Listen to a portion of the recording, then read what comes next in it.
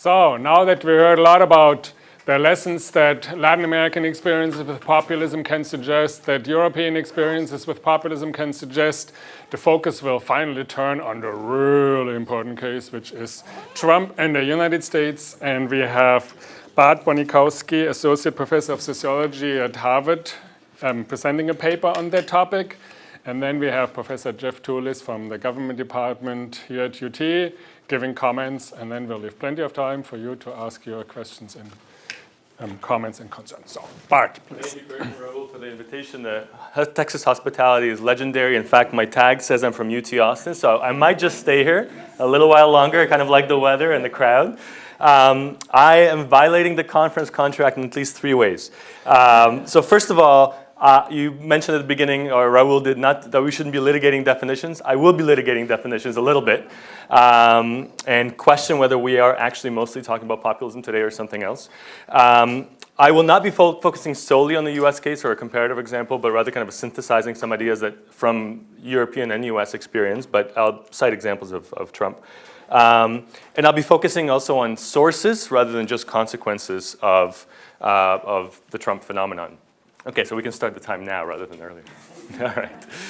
So I was going to actually go with this sort of title slide, but I thought it was a little too, a little too flippant. So I went with the one that shows them to be a little more dignified as such. The usual suspects in terms of European populism we know quite well. You know these faces. There have been many articles written about them. There have been many books written about them, including by people in this room. And of course, the thing that keeps popping up in these books and these articles is the term populism, and the term that is at the core of today's event as well. Of course, the Trump phenomenon is something quite similar. If you look at the debate right after Trump was elected, it was all about populism. Is Trump a populist? To what degree is he a populist? What does populism mean? But populism becomes the key shorthand for understanding these radical actors and radical parties in the European context and the US context. And so the question is whether populism really is at the core of what's going on here. I will not question that it's one of the key elements, but I want to ask us collectively whether it's the main thing that is driving these kinds of politics, and if so, what do we mean by populism? So I actually want to posit that these radical actors are actually engaging in a sort of politics that combines 3 elements: populism, nationalism, and authoritarianism. And these are not, in nationalism and authoritarianism, are actually not subsets of populism. They're separate phenomena that we should be analyzing separately and asking under what conditions these 3 go together, or maybe 2 of them, or to what degree these are related to one another. Why should we do that? Well, for one thing, about analytical precision, right, which gets us a better understanding of what's happening. I think each one of these phenomena has different internal characteristics, which also means it has different causes and consequences, possibly. They are not limited to the radical right, as we've actually heard from Latin American examples today. And focusing on them allows us for a closer consideration of the supply and demand side of radical politics, but also something I want to highlight, which is the resonance of these kinds of claims in particular circumstances. This is not without precedent. This is not something I've come up with, although the one place where this comes up quite prominently is in Casmuda's 2007 book, where he expressly distinguishes between populism, nationalism, in his case actually nativism, and authoritarianism. But I think there's some problems. First of all, this classification is probably the least resonant part of his work. It hasn't been taken up as much as it should be, and it's actually underappreciated in some ways, although some have taken it up. I think he also reduces nationalism to nativism, which is, I think, a little bit limiting. Populism becomes an ideology, which I understand and agree with to some degree, but I think it's actually maybe more useful to think of it as an aspect of discourse. And also the main thing, and I'm really sort of picking at straws here, but the real main thing is that what he uses these ideas for is to classify a set of parties that share these characteristics. And that makes sense in the context of his work. But I would suggest that we could also look at these phenomena in their own right, not just as sort of sources of classification, but as aspects of politics that have their own sort of analytical standing. So I want to theorize these. I want to think about how they relate to each other and then look at their supply and demand sides. That's roughly what I want to get here today. This is all within the scope of the next 10 minutes, so I'm not sure I'll get to all of it, but at least some of it. And I really want to focus on this thing, that we shouldn't be only looking at shifts in supply and demand, but also at shifting resonance over time. So first, populism. Zeynep was asking for a definition. I may get to a partial one that most people will probably agree with to some degree. But the one thing to notice is that populism exists on two sides of the political spectrum. And it has certainly in the Latin American case. But also if you look at within the US case itself, populism's come up on the left, it's come up on the right. I used to show this slide back before 2015, but actually it should look like this, right? And both of these guys are using populist discourse. But it would be hard to argue that both are using nationalism in the same way or both are using authoritarianism in the same way. And I think that's a crucial thing to think through. It's also consistent with existing theories that we should think about populism as independent from ideology. Laclau has this, in his typically sort of complex way, talking about the fact that it's sort of a political logic that can be attached to both the left, right, and ideologies. And for him, actually, the epitome of populism is socialism. But also, Kasmuda and Cristobal Calvasser have made similar claims, right? The idea that in theory, populism is an independent ideology. It's unattached to anything else, and it can really be combined with either left or right-wing ideas. So I want to suggest, you don't have to read this whole thing, that populism is a form of political claims making. And this is where I make an intervention a little bit. I actually don't think we should be talking about political actors as populist or not. The question is not whether Trump is a populist or is not a populist. The question is, when does Trump rely on populist claims? Populism to me, is an attribute of specific claims. And this goes back to something that Lauren said, that actually Trump was a populist in the campaign, but he's pretty much a nationalist in the way he governs, maybe an authoritarian. And so he relies on this kind of talk at certain moments for certain reasons. It's the opposition between a virtuous populist and a corrupt elite of some sort. It often represents a particular view of political representation, and it views the people's interests as incompatible with those of representative institutions and elites. The content of these categories varies, right? So who the elite is varies a lot. It can be the IRS, the state. It can be unions. It can be Wall Street fat cats. Or it could be intellectuals, as William Buckley famously said about Harvard professors. Right? And so the point is that these are, again, sort of empty categories into which you can fill in various content. There's a payoff to this. So I'll just show you some examples from my work. I don't want to dwell on them. But if you look at populism as an aspect of political discourse, you can actually see it empirically rising up in US politics over a long period of time. Lipset said that populism is one of the aspects of the American creed, and in some ways you can see that in the data. American presidential candidates have relied on populist claims quite a bit.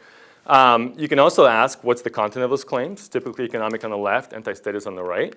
You can ask whether they're challengers or incumbents that are more likely to rely on this. Not surprisingly, challengers are more dominant in terms of their use of populism.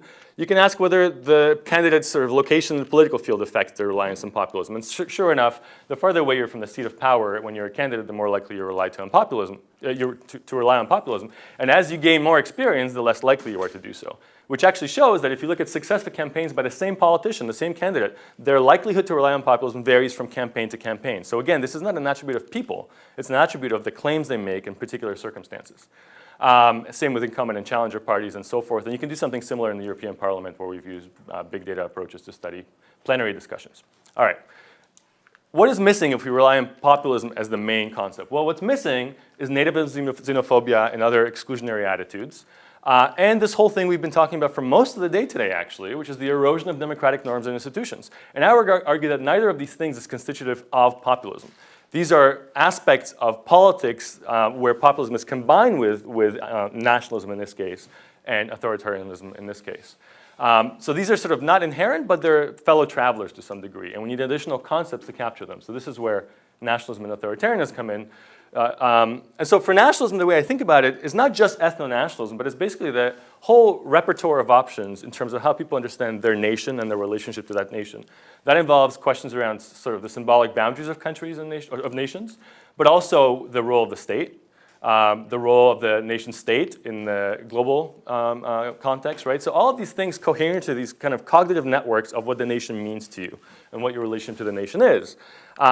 So these are not just ideologies, but these sort of shared understandings of nationhood that are cognitive frames, that are ways of understanding your own relationship to the nation. There's a lot of within-country fragmentation in these ideas, and that's fundamentally important. And I've mapped some of this in my own work to suggest that actually there are these ethnocultural and anti-institutional varieties of nationalism in Western countries that have been around for a long time. And these are actually sometimes correlated with immigration, sometimes not. But ethno-nationalism is very much one of the traditions that you can find in most Western European and Anglo democracies. So ethno-nationalism, we know what it means, right? Exclusion of others, quote unquote, typically used on the radical right, but sometimes picked up on the left as well, historically. The tension between inclusive citizenship and the sort of widely shared in the population ethno-nationalist beliefs is actually one of the potential drivers of radical politics. And these beliefs about exclusionary boundaries are kind of visceral. They're deeply held by people. They're sort of activated as grievances once in a while, and they can actually become political cleavages under certain circumstances. So I think they're pretty much existing cultural cleavages that can be mobilized to become political cleavages once in a while. And often there's kind of class components to them, as we've seen recently. I want to say it's not just about who's in and who's out, right? It's also about the role of the state. It's also about projection of power abroad. And in my research, I've shown that actually, if you take all these attitudes together, they cohere within the United States and elsewhere, actually, into four distinct understandings of the nation. And I won't get into what they mean. But they're patterned, they're stable, they're correlated with political beliefs and preferences. And again, they're usually latent, but sometimes they become activated by political discourse. And they cut across party ideology. But one possibility is that the degree to which they cut across party ideology changes over time. And as we have polarized parties, once white nationalism, ethno-nationalism, or what I call restrictive or ardent nationalism, becomes aligned with only one party, things get kind of dangerous, which is, I think, we're partly where we are today. They're invoked in interesting ways. If you think about Trump versus Clinton in the campaign, very different images of the nation. Sanders didn't really get involved in this. He didn't really talk about nationalism very much, except economic nationalism, but that's kind of a different thing. If you sort of take my word for it, the fact that there are four different varieties of nationalism, this is how they look over time. They're actually pretty stable. This is within the US, except for the post-9/11 moment. But they've been around for a while. They're there in the population in a latent manner, and once in a while they get activated.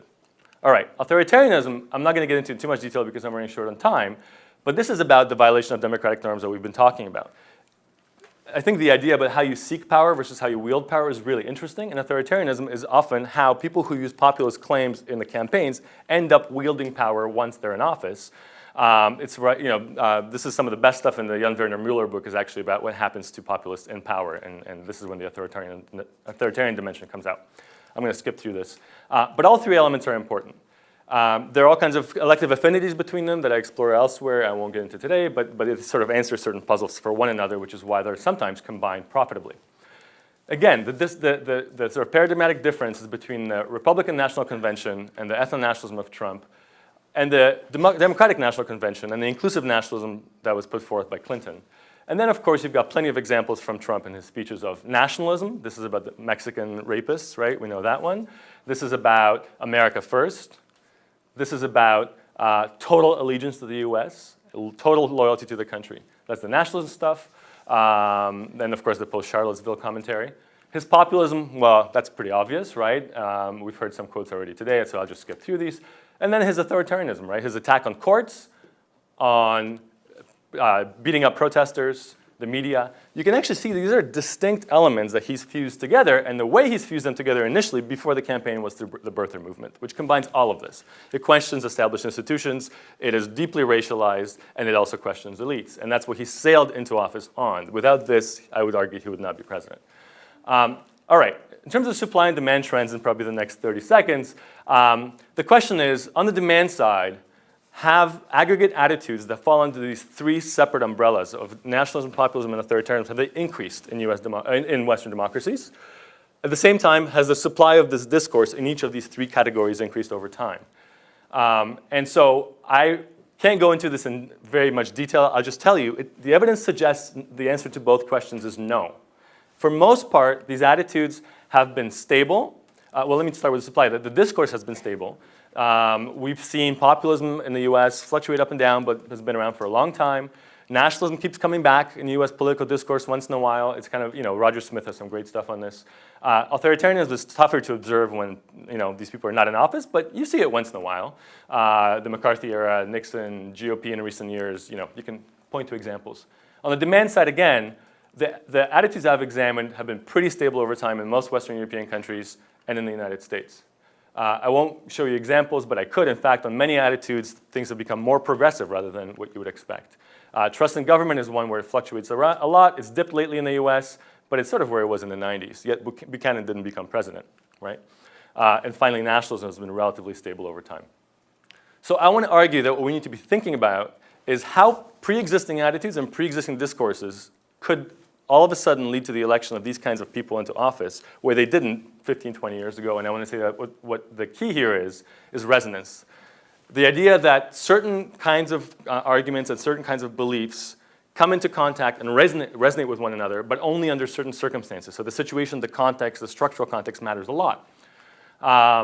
And you basically all of a sudden things that before weren't quite hitting the right notes are in the current context.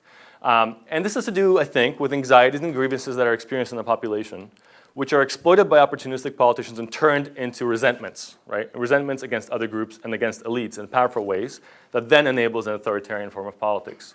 The media play an important role here too, and we know that story pretty well in the United States. Importantly, these grievances need not be directly experienced. So the fact that Trump supporters in the primary, because the general election really is not worth analyzing. I mean, Republicans voted for Republicans. But in the primary, the fact that Trump supporters didn't look so different on economic criteria from other candidate supporters, it's not that surprising because it's not about the economic grievances experienced directly by those folks, although that's part of it too, but it's about perception of the groups, how the group itself is faring, the group's overall fortunes. Right, so a lot of this is sociotropic concerns about a particular group. What group is that? White Americans, right? White Americans are all of a sudden experiencing all kinds of difficulties that they weren't before. That's kind of the narrative, right? So I think what's important is salience, and I'm just going to flash this quickly up here. Blue is beliefs in terms of actual attitudes. Red is salience. This is from a paper by Hatton. In a number of countries, you see actually the overall aggregate attitudes becoming more open-minded over time or stable, but the salience of immigration in this case going up over time, even as attitudes don't change themselves. So this is the kind of thing I'm talking about. It's about the resonance of these beliefs becoming increased over time. So what's the context, very briefly, and probably really 30 seconds this time? Well, I think there's been this big debate. Is it cultural? Is it economic? I actually think this is kind of an unfortunate dichotomy. It's both of those things. Economic issues are cultural, and cultural issues can also be spun in economic ways. So I think there is this issue of neoliberalism, of free trade, capital mobility. Daniel Roderick has got great stuff on this, which has led to stark inequalities and more pronounced crises. But it's also about both the experience and narratives around immigration, terrorism. And think about the fact that the people who are the most terrified of terrorism are people living outside of big urban centers who are least likely to be exposed to terrorism, whereas the people in New York and elsewhere typically don't vote for Donald Trump. So again, this is about mediated perceptions, not so much about personal experience. But also the sense of exclusion from mainstream culture among certain parts of the white American population. The erosion of old union identities and nostalgia for simpler times. We know what simpler means in this case. And all of this together coheres into a perception of collective status threat that this group experiences that can be magnified through political discourse. These are serious problems, and I'm almost done, Kurt. But the solutions are not easily forthcoming, right? In terms of politics. We've seen a frustration with the unresponsive, delegitimized party politics, a delegitimized presidency under Obama. And when you plug into these pieces into the equation of latent ethno-nationalism, the crises that are generating all kinds of opportunities for politicians to capitalize on these fears, you end up with a salience of anti-system and nationalist political cues, which is what we've seen in the US, but also in Europe. What happens then is this kind of political strategy diffuses, and it's diffused across European countries, right? It started in a couple of countries, and it's kind of gained prominence across multiple countries because it works. And of course, the specific timing and causal story within each country is both about kind of common causes across cases, but also case-specific details that are worth hashing out. So the question to end with is democracy in peril. We've heard a lot about that today, and I can't pretend to be the expert on this. But I think there are obvious risks. The degree to which those risks will be borne out depends on the strength of institutions, as we've heard. But I want to highlight the thing that Zeynep alluded to, is the importance that the discourse itself has important consequences regardless of what happens to party politics, right? The increase in harassment and violence has its own consequences, both social and ultimately political.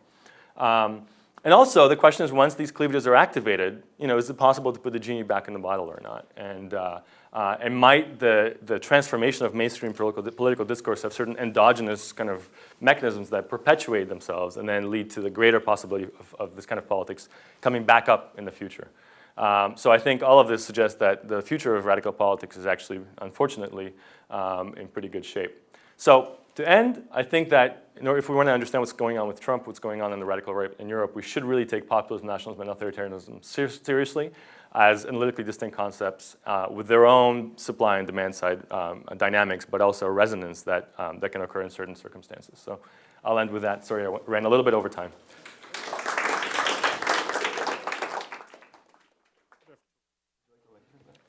Yeah, thanks. Hi, I'm Jeff Tulis. I'm the lone Americanist here. And so I'm going to make a few comments on Bart's paper and then say a few things about the way Americanists have been thinking about this topic, because I really think the volume that's going to come out of this could be very helpful to Americanists precisely because it's not the way Americanists have been thinking about it, and maybe they should. Now, my task originally for Bart's paper was to do a little bit of what he actually just did in his talk, which was to figure out how to recraft this paper to be more about Trump than it is in its long form. And so you've already done some of my job for me. Let me say that the best part of his paper really is the beginning section where he distinguishes these between populism, ethno-nationalism, and authoritarianism, as was alluded to by others in the conference, and it's relevant to other papers in the conference, and you could see the purchase he got on it, from it here. Now, in the paper, what he decides to do is to say that somehow it's going to be provide leverage for both causal explanations and explanations of the consequences from the general phenomena of the radical right. And I would take the unstated but ever-present question of his paper to be, why is it that the radical right seemed to appear in Western Europe and in Brexit and in the United States at relatively the same time? He doesn't think that that was a coincidence. He doesn't think that it was because of an uptick in populist appeals or ethno-national appeals or authoritarian appeals. And by the way, one of the good things, his discussion of authoritarianism is very subtle, and it captures nicely Kevin's diagram. I don't know if you remember, but the chart didn't go all the way over on authoritarianism. Well, but that captures his view, which is authoritarianism is complicated because it's not clear whether it is an appeal or whether it's the actions in office. And your chart actually captured that. Well, he describes all that, and in the paper, his argument is that you can't account for this phenomena by looking at what he's calling the supply and demand sides of the appeals on these three dimensions and the attitudes that citizenries have on each of these three dimensions as well. Now, I think that just talking about his paper as opposed to the presentation here, that you need to get rid of the language of supply and demand, not the argument of supply and demand, not the argument you're trying to convey by that language, but the language, because the language of supply and demand as it's used by economists already builds in what you're calling resonance. In other words, the demand side is going to include the priorities that people have for the variety of preferences that they have. And what you do is just count up the fact that there's a stable amount of discourse directed to these issues, and there's a stable level of measured attitudes to them, and you say, but only at some points do they become receptive, and that's when you add in things like socioeconomic context, which accounts for what you call resonance. So I think that your argument is fine. It's just that the supply and demand language sort of gives the wrong impression. So what you did do in your talk, though, is I think what you could do for this paper, for the volume, which is instead of thinking of it as a causal story or even a consequence story, think of it as an analytical, a task of analytical description, in which you do exactly what you started to do in your talk, which is to show the purchase that these distinctions that you have at the beginning have for describing Trump and comparing him in the ways he's similar and different to these other European leaders. which you started to do here. You said a lot more about Trump in your remarks here than you did in the paper, and you did it in light of these distinctions that you've developed, and I think that's perfect, that works. Let me say just a couple words before I sit down about Americanists and how they think about things. So there are two lenses that Americanists have taken on this question of Trump. One of them is a very optimistic lens, even more optimistic, if it's hard to believe, than Kurt, all right? This lens is fueled and centered around the writing of Stephen Skowronek at Yale, who wrote a very, very important book called The Politics Presidents Make. And others have rallied around that way of thinking. Skowronek himself has a subtle, not quite as optimistic view as his followers, but the followers include Jack Balkin, who's also at Yale Law School, and a guy named Corey Robin at CUNY, New York. And the argument from that perspective is that you shouldn't be comparing Trump to authoritarians, Europeans, Latin Americanists, because there is a cycle of partisan regimes in the United States itself, so that each president can be compared to prior presidents at a similar point in that regime cycle, in which these regimes get built up and then they live for a certain time, then they begin to disintegrate, and that Trump represents the final stage in the disintegration of the Reagan Republican cycle, and so that he should be most compared to Jimmy Carter. Both outsiders, they have a whole list of things. Now, not only do they think that that provides all sorts of analytic purchase, even though it's sort of bizarre to compare him to Jimmy Carter, who was a decent guy who helps people, homeless people and stuff like that. But structurally, they say structurally they're at the exact same moment that Jimmy Carter happened to be at the disintegration of the Democratic Party. This guy, disintegration of the Republican Party. But they're actually passionate about this argument because the other side, which has sort of centered around writings such as that by the historian at Yale named Thomas Snyder. I don't know if anybody's been following him. He wrote a short article that was on the internet and got huge attention, so he then made it into a short book, which is now on the bestseller list, called On Tyranny, in which he wants to say, look, he's a European historian, and we're talking about not just authoritarianism, but fascism as the worry, and this is a list of ways to resist and so forth. And it's given some support, this point of view, the second point of view, from an article that I would commend to you from the 1980s by the Italian literary and social theorist Umberto Eco, and sometime novelist, famous novelist, who wrote an article in the New York Review of Books called Fascism, U-R-Fascism, in which his point was that you need to think about this in a Wittgensteinian way, that if you look at the whole range of prior fascists, none of them looked just like Hitler, just like Mussolini. If you wrote out what they looked like, they would each have a bunch of characteristics, and if you then listed all those characteristics, there would be about 14 important ones, and none of them had all of them, all right? And so some would have this one and some would have another one. And so just because one person doesn't line up with some other person on all the dimensions, or even any of the dimensions that that other person has, doesn't mean they couldn't be properly called, in his case, a fascist, and also worried about for their fascist tendencies. So the Skowronek type political scientists are worried about the Snyder type political scientists because they think that this notion of focusing on the potential authoritarian or fascist side of Trump induces a kind of civic fear and intellectual fear that prevents the kind of both rigorous thought and actual action on the ground that would fortify a Democratic Party to do realistic and practical things to bring about, in their view, a progressive Democratic alternative agenda.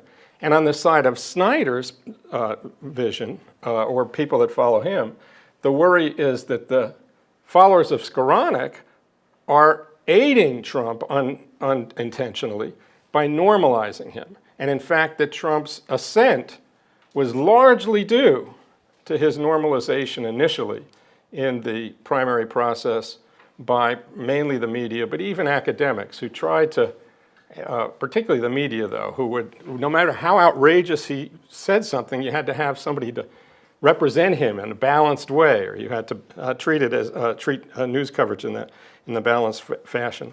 So these are the two big picture lenses in which Americanists tend to look at the Trump phenomena. One emphasizes his abnormalities, and the other emphasizes the fact that he fits a pattern of cycles of regimes. And in the pattern view, by the way, he is the sort of apotheosis of republicanism as it dies out, but also reaches its natural end. I am a modified version of the fascist worry group. And I didn't plan on talking about this, but I just want to say 2 minutes about a book I've been working on for a long time. My colleagues would say much too long, called Democratic Decay and the Politics of Deference. And I just want to make 2 points about it because it occurred to me that it was relevant when Steve Levitsky was talking about this. There is a deep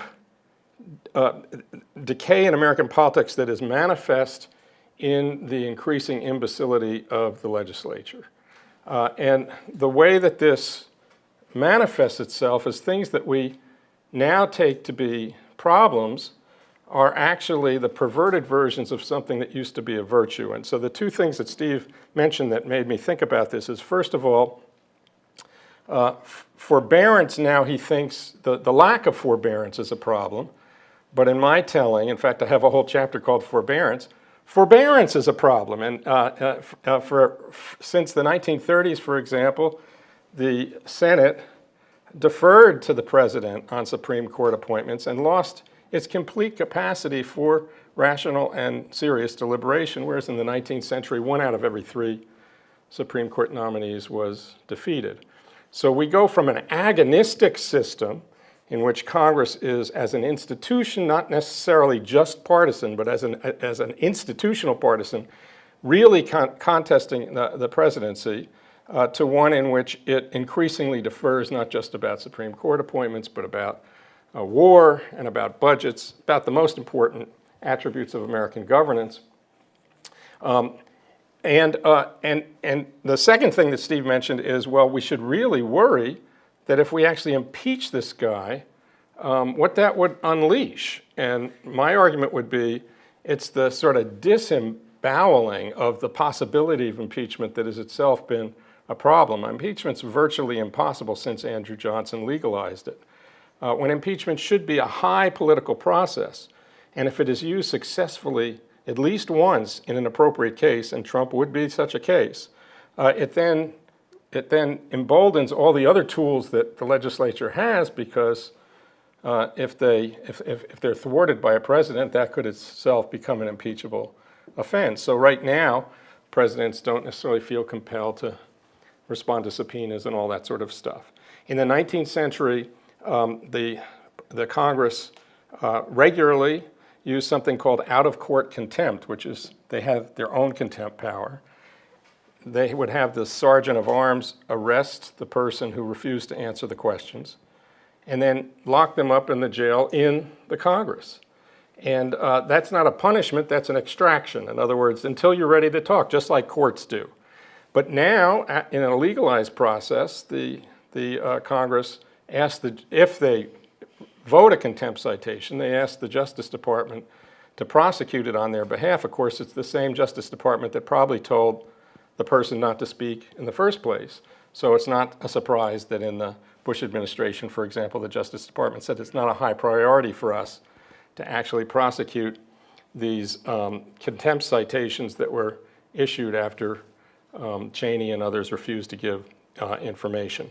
So what is the bottom line here? The bottom line is that this worry today about excessive polarization, excessive contentiousness, the inability of comedy, the lack of forbearance, all true, but it rests actually on the fact that we don't have a model and a culture of a healthy version of those very same attributes. Thanks.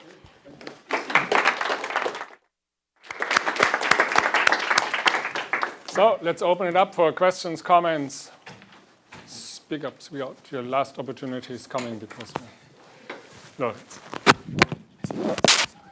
Hi, so this is a quick question for Bart about resonance, because I didn't have a chance to read the article.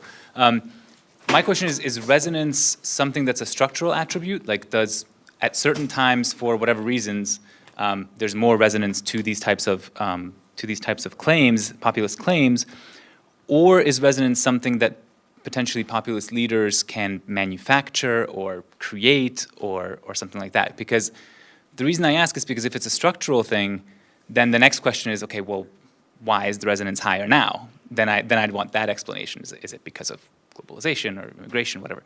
So I don't know if it's spelled out in the paper, but that would be my question. Christopher. Yes, I mean, first short question for Jeffrey, because finally you have an Americanist, so he might answer. I found very interesting this issue when you mentioned there are these different interpretations, but being not an expert on the US, I thought that maybe there is a third explanation, and I want to hear your thoughts on that. And I'm thinking here mainly about Larry Bartels. I mean, the argument that he will tell you is if you want to understand American politics, is everything about two factors, economic voting and partisanship. And he would say if you want to understand Trump, these two factors explain everything.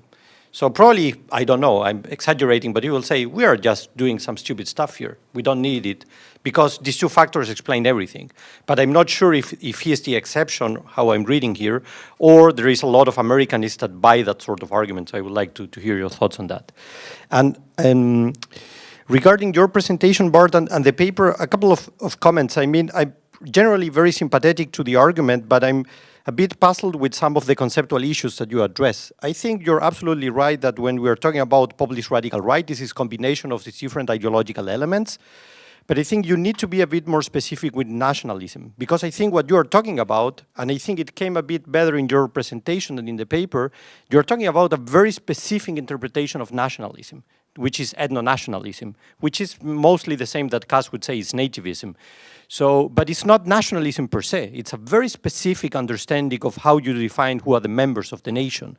So I think this is relevant to point out, I would say. The second argument that I also very like, it's an issue that populism is not necessarily the key feature of the populist radical right. Jens Rydgren has made also this argument. I think he's right.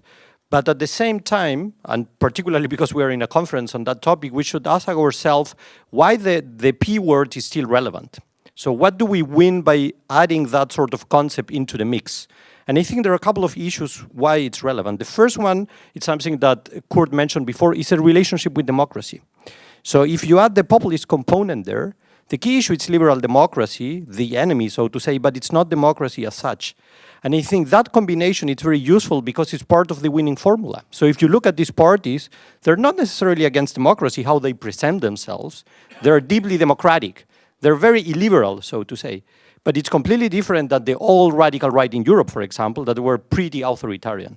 So in this sense, I think we win something by adding the concept, but absolutely right, this is not the whole story. It's only part of the story. And finally, I would like to hear your thoughts on authoritarianism, because you say that briefly in the paper. The way in which you define authoritarianism is not that many other scholars would do it, that it say, okay, this is much more law and order and traditional values. So, but it seems to me you're going much more into the direction of saying this is real behavior, so to say. And I just want to know why you prefer that definition rather than the other. Yeah, I was just going to ask Bart as well, about sort of the conceptualization of authoritarianism and how this, comes into play with the discussion of populism. Because I like what you're doing in, unpacking and, disaggregating populism, nationalism, and authoritarianism. But I'm just, if you take populism as a discursive phenomenon and think of it in those terms as you're doing, so can you sketch out for me what is and I forget whether you do this in the paper, but sketch out what a populist discourse would be that is clearly not authoritarian. When I think of authoritarianism, I tend to think in terms of Stenner's work on the authoritarian dynamic, and authoritarianism as essentially an intolerance of difference, whether that difference be defined in ethno-racial national terms, or in terms of political ideas and ideology, or in terms of some sort of moral worldview. So if authoritarianism is intolerance of difference, what is a populist discourse that would be democratic or at least non-authoritarian? What would that look like?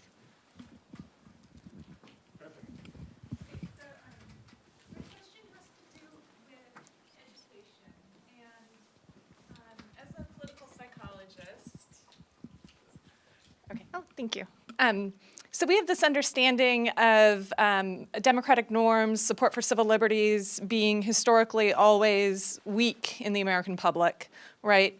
But that there are carriers of the creed, that there are an educated elite that kind of uphold democratic norms and civic values for us. And so I'm trying to reconcile this with the idea of resonance that you brought up. And I'm thinking of kind of two things that might complicate this notion that education saves us in some way. One is the conspiracy paper by Joanne Miller that showed that among Republicans who didn't trust the government, the more knowledge they had, the more willing they were to adhere to conspiratorial thinking, which isn't quite a democratic norms thing, but it is an undesirable and dangerous idea thing.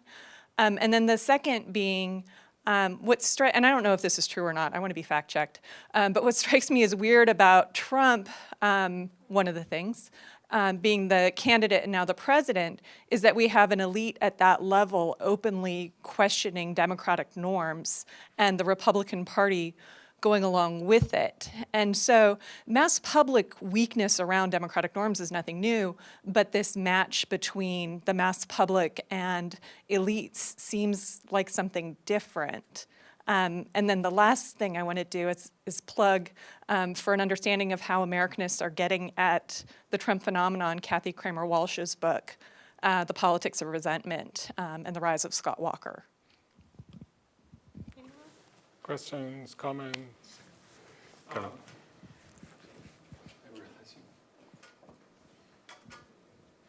So mine may be a little too technical to talk about now, so we can talk about it at dinner, but I'm really curious about the interaction between your notion of resonance and the question of salience. So salience is something that we deal with a lot in quantitative ways and something like so. I'm wondering how the two relate to one another. And I guess the question, and I'm really interested in this because I want to know the answer so I can use it effectively, is how do we test for resonance? How do we know when resonance happens and when it doesn't? Because it seems like it could be a really powerful tool if we can do that. Raul, last question then. Thank you.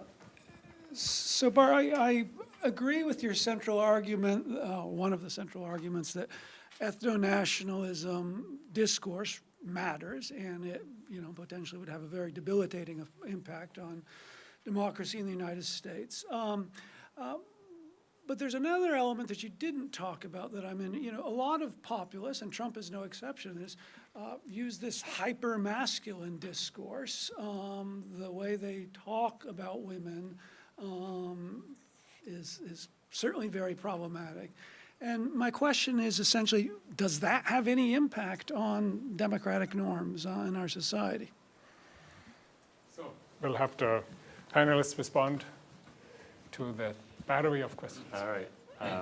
That's a lot, but all so interesting. Okay. So the question is, Lawrence, is resonance structural or manufactured? That's a tough one. I would say that, so a little background on the resonance idea really comes out of my reading of the social movements theory in sociology, particularly the framing literature, where the old idea of resonance was you've got a set of beliefs in a claim, like the way a claim is framed in a particular frame, and a set of beliefs in a population. Where those two things match, then you've got the success of a framing attempt, right? And that was completely devoid of any sort of structural contextual concerns. That's been updated in recent years by people who said, okay, well, it's not just a correspondence between claims and attitudes, it's correspondence between claims and attitudes in a very particular setting that makes these things click, right? So you need the structural environment to be such that these two things sort of kind of, resonate quite literally, that they move together and sort of end up mobilizing support for a political project.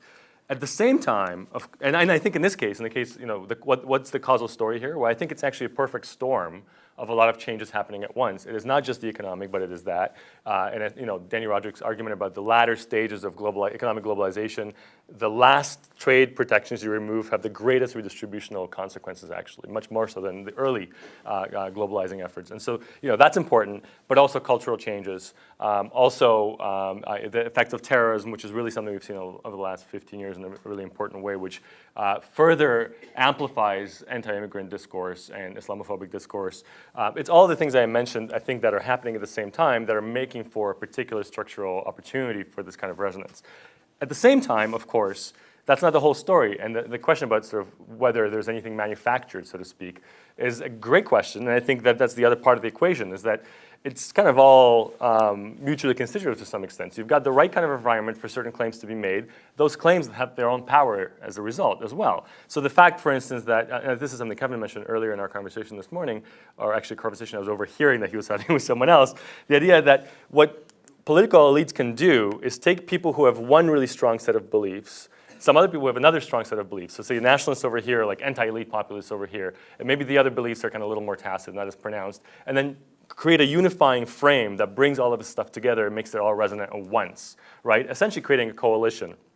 So that's sort of the feedback effect, but potentially of kind of a manufactured resonance, as you will. So there's the right kind of structural environment that creates the resonance between frames and attitudes, and that in turn then feeds itself in this kind of endogenous process over time. By the mobilization itself becomes mobilizing, I guess, in some ways, right? Early signs of successful mobilization then kind of reinforce themselves. So I think it's kind of both. But I think the perfect storm of changes and their particular interpretation by media and politicians is really important here.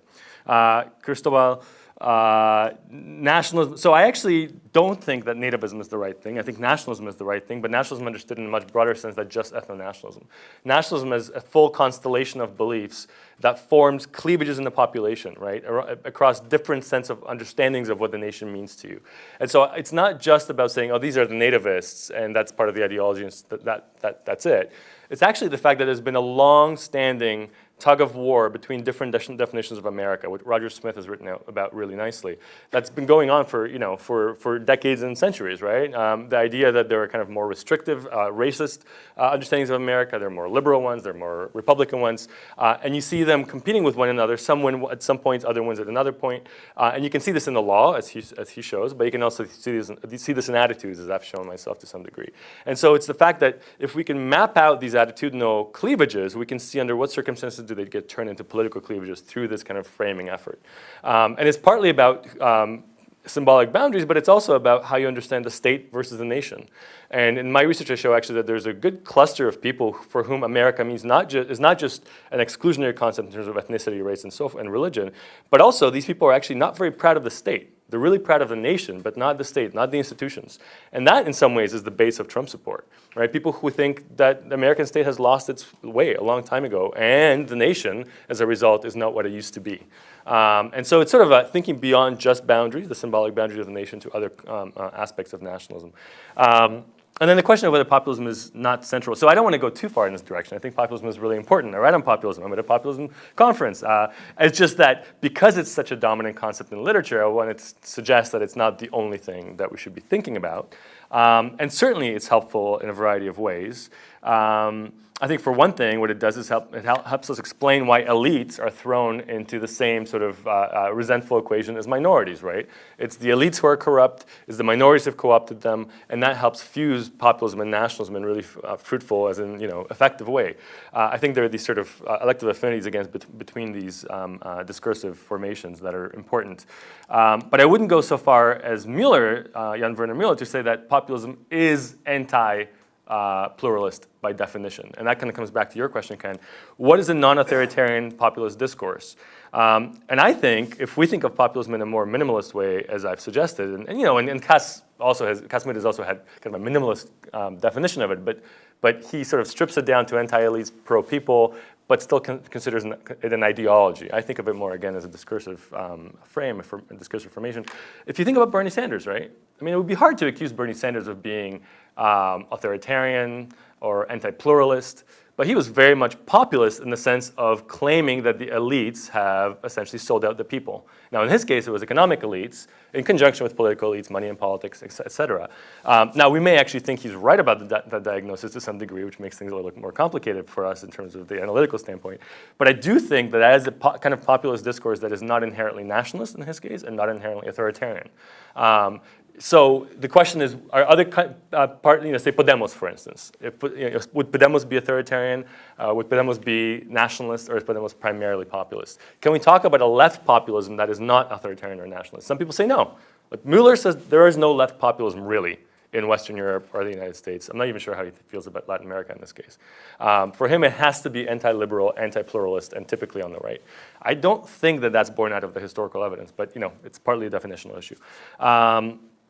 The question about, about the education and about mass public and elites both undermining norms, I think absolutely that is new. And in fact, that's a consequence to some degree of Trump being elected and serving as the kind of lightning rod for things that have been already going on in the Republican Party for a while. But yeah, I mean, I think this is a really dangerous situation. So I'm not suggesting that nothing about Trump is new.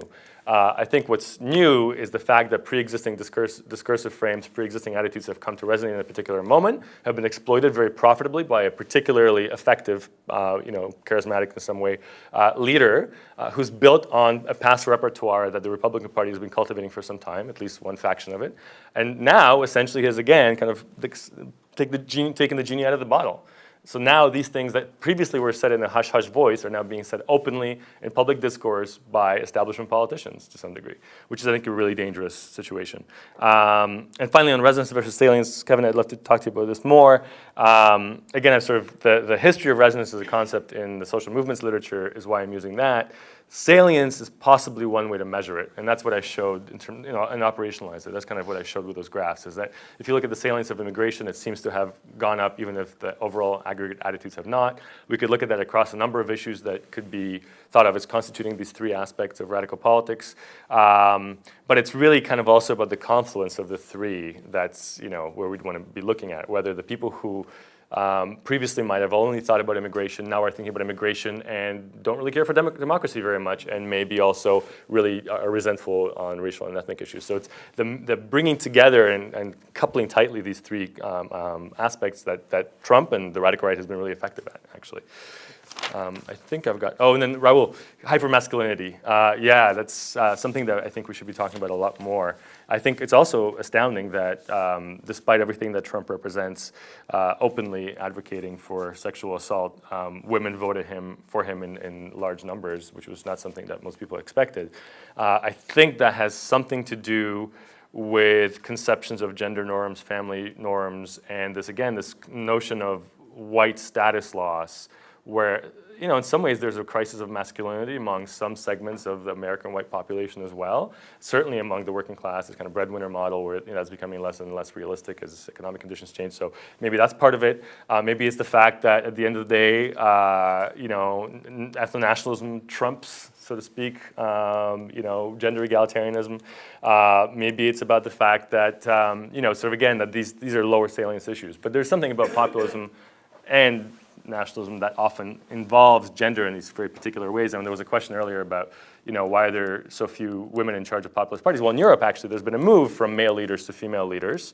There was a recognition that these parties were mostly supported by men, even in the electorate. And there was a conscious effort to actually change that dynamic, and so Marine Le Pen and others, stepped in so far unsuccessfully, but that definitely changed the tone to some degree, and also changed the support base. So I think I don't know enough about it though to fully answer your question. Okay, very good. Jeff, you got the last word on this. Just to shortly on the question to me about Bartels and Aiken wrote an article right after the election that was sort of in the what me worry variety. So they are in that general camp that I described Skowronek, though they're not subscribing to that particular cycle thesis.